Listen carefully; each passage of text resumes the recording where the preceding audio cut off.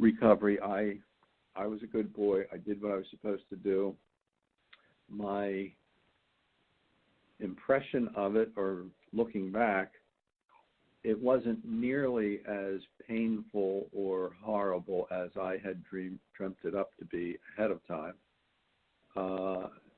And it took a whole lot longer to not be sore, or to not be sore if I was seated, or to not be sore under certain circumstances. Like patience, the virtue, not the group of people. Patience is a huge help. And I'm not a patient person, but I have learned that this whole process, I consider myself still recovering. And this was from August. Okay. So do you still feel some soreness in certain circumstances? Yes. I mean, I'm inflating it every day per instructions, as far as it will go, or as far as I can handle. There's still some sensitivity where the tips are. And there's still some numbness. But other than that, I'm never in pain. Every once in a while I get a little twinge, and again, I have foreign bodies floating around down in there, so I would expect that will be forever. So can you tell me, you said you were a model patient. Were you given specific number of weeks before you were to inflate it? Yeah. It was, we scheduled for 4 weeks post-surgery for my inflation, and we did, and that was interesting and painful.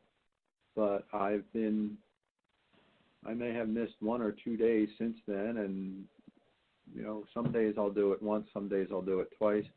I've used it, 7 or 8 times with my wife, with each time being a more pleasant experience for both of us. The first time was just as awkward as shit from a mental standpoint, and painful. But it's gotten to the point now that it's, if you take away some of the still discomfort of it for me, you take that piece out, our experiences with it are better than, I would say, any sex we had in our 38 years, with a handful of exceptions. So even better than prior to prostatectomy, it sounds like that's prior to any onset of erectile dysfunction? Yes. And do you mind if I ask, what do you attribute that to? What about the implant do you think is creating that? Well, I think it's part implant, part prostatectomy, and part combination of the two.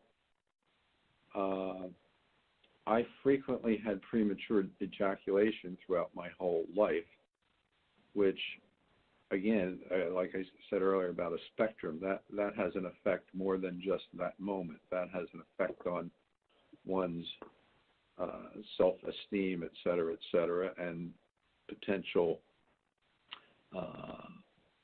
performance anxiety, a different flavor of performance anxiety. Well, when you don't have a prostate, you don't ejaculate. So that pretty well took care of that issue.